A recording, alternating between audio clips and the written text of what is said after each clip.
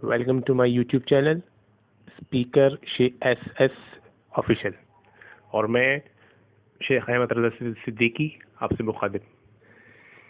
आज जिस मौजूद पर बात करेंगे वो है कि इंग्लिश पे अंग्रेज़ी ज़बान, इंग्लिश लैंग्वेज सिर्फ एक ज़बान है और इससे ज़्यादा कुछ नहीं। इस पे आपसे बात करेंगे। और जो भी देखने वाले हैं, अभी तक आपने चैनल सब्सक्राइब नहीं किया तो सब्सक्राइब कर दीजिए और बेल आइकन ज़रूर प्रेस कर दीजिए। और अभी नहीं तो वीडियो के आखिर में वीडियो पसंद आए तो लाइक और शेयर ज़रूर कीजिए। अच्छा जनाब, इंग्लिश वक्त के साथ साथ ये चीज़ बढ़ती जा रही है कि लोग जो है सिर्फ इंग्लिश स्कूल में है तो इंग्लिश, ट्यूशन में है तो इंग्लिश, कोचिंग में है तो इंग्लिश घर में है तो इंग्लिश।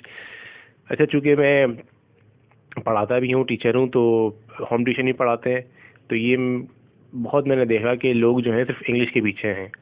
और एड्स भी आते हैं फेसबुक पे भी और न्यूज़पेपर से भी। जब वो ट्यूटर मांगते हैं तो पहले तो सिर्फ सिलेक्टेड एरियाज से, डिफेंस था या क्लिफ्टन वगैरह था, जौहर था, गुलशन था और बहादुराबाद वगैरह, मतलब जो पोश इलाके हैं यहाँ पे अरबपति लोग, करोड़पति लोग जो रहते हैं, उनकी डिमांड होती है भाई फ्रेंड इंग्लिश होना चाहिए, स्पीकिंग फ्रेंड इंग्लिश, यानी कि इंग्लिश बोलने में इंसान माहिर होना चाहिए।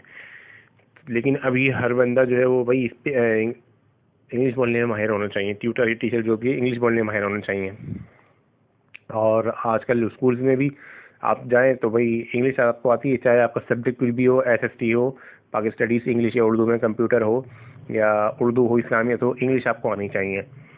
तो इंग्लिश लोगों ने इतनी सवार कर ली है, इतनी गुलामी अंग्रेज़ों की है कि हम खुद जो है ना अभी तक अंग्रेज़ों से जानबूझकर आज़ादी नहीं हुए हैं, अभी भी हम होना चाहते ही नहीं है। इसलिए उनकी ज़बान को भी हम छोड़ नहीं रहे हैं। वरना किसी भी कौम की जो पस्ती है और उसकी जो खस्ता हाली है वो जब ही शुरू होती है कि वो अपनी ज़बान से इनहराफ करे, अपनी कौम से, अपनी सकाफ़त से और अपनी कौमी ज़बान से जो है वो इनहराफ करे, यानी कि वो दूर जाए और गैरों की ज़बान को वो पसंद करे।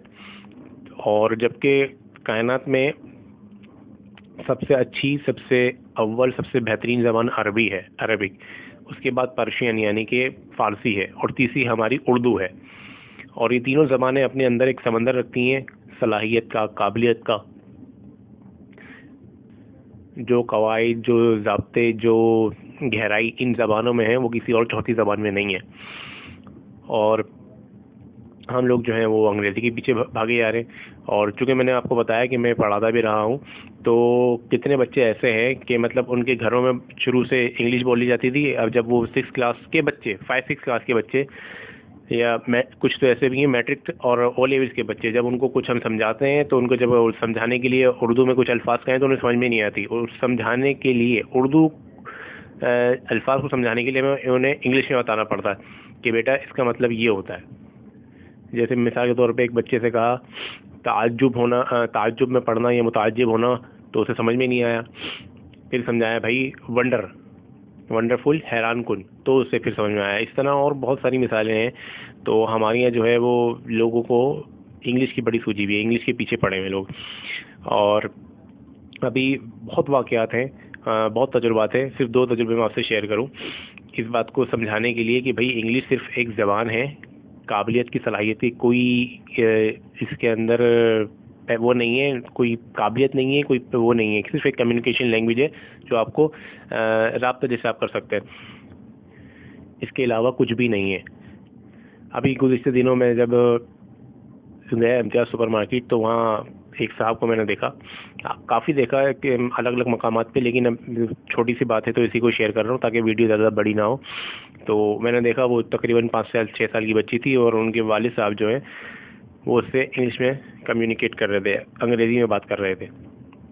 तो उसने बच्ची जी जो है वो उर्दू में जवाब दे रही थी। तो मैं यही सोच रहा था कि ये अपनी एफिशिएंसी झाड़ने के लिए बिला वजह जो है वो अपनी नमूद नुमाइश के लिए, इतराने के लिए जो ये कर रहे हैं और बच्ची उनकी वो कर रही है, उसके बावजूद वो उससे इंग्लिश में ही मतलब बात कर रहे हैं, अंग्रेज़ी में, उर्दू में बात करनी चाहिए।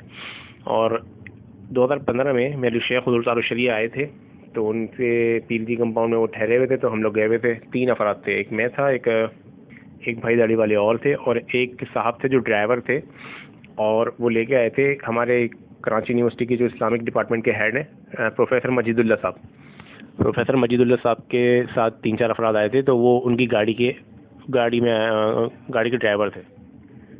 तो बात चल रही थी, बात चलते चलते में वो अंकल जो थे 60-62 साल उनकी उम्र थी, तो वो अंग्रेज़ी बोलने लगे। मैं थोड़ा सा इज्तनाब कर रहा था, इसलिए कि वो तीसरे बंदे जो थे हमारे साथ भाई, उनको इंग्लिश समझने में थोड़ी सी परेशानी हो रही थी। तो मुझे ये अच्छा नहीं लग रहा था कि हम 3 हैं और 2 हम आपस में एक दूसरे की तो बात समझ नहीं थी, तीसरा बंदा है उसको ये एहसास ना हो कि यार मैं इनसे क्यों खड़ा हुआ हूँ, ये मुझे समझ में नहीं आ रही। तो इसलिए मैं ज़्यादा उर्दू बात कर रहा था। तो लेकिन वो फर फर फर फर फर फर इंग्लिश इंग्लिश इंग्लिश अंग्रेज़ी, इत्तेफाक से किसी ने आवाज़ दी, किसी काम से वो गए।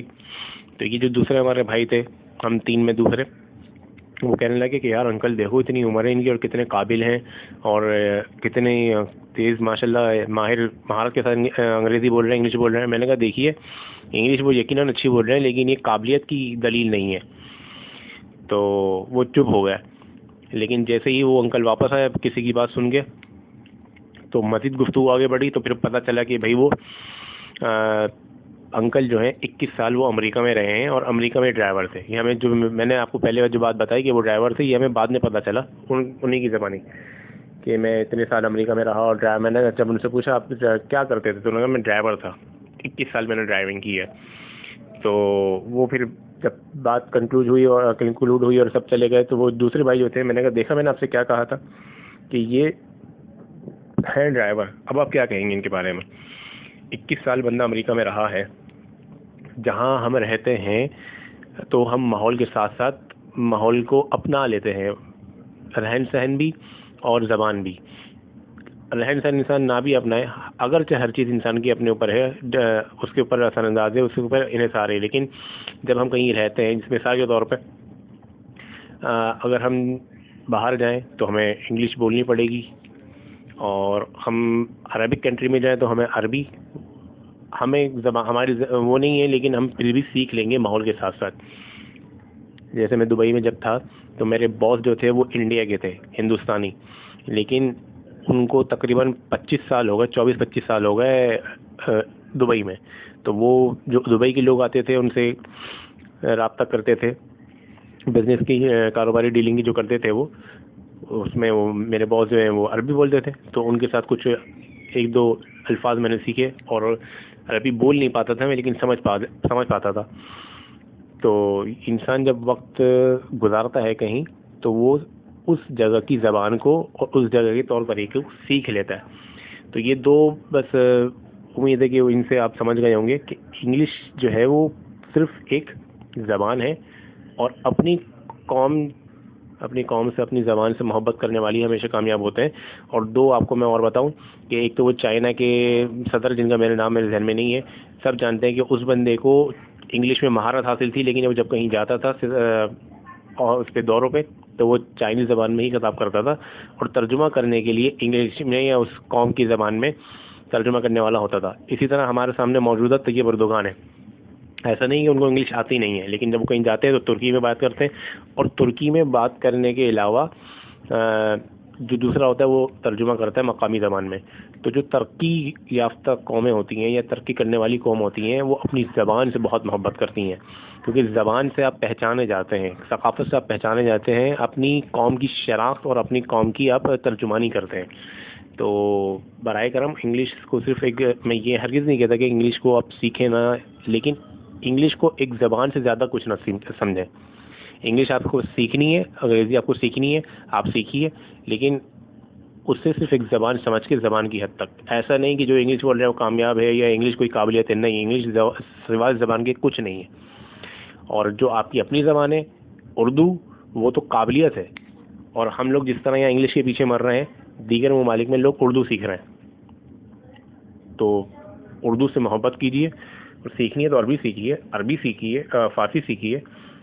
और उर्दू भी हम पाकिस्तानी होके हमारी कौमी ज़बान उर्दू है, लेकिन मेरा जो तजुर्बा है अल्लामान वल हफ़ीज़ में कभी दुख होता है कि हम पाकिस्तानी हैं, हमारी कौमी ज़बान उर्दू है, लेकिन हम उर्दू के बहुत सारी बातें या अल्फाज नहीं समझ पाते। मैं कहीं बात करता हूँ, लोग कहते हैं यार कितनी गाड़ी उर्दू तुम इस्तेमाल कर रहे हो, जबकि हम तो गाड़ी उर्दू खुद अभी समझने के काबिल नहीं है।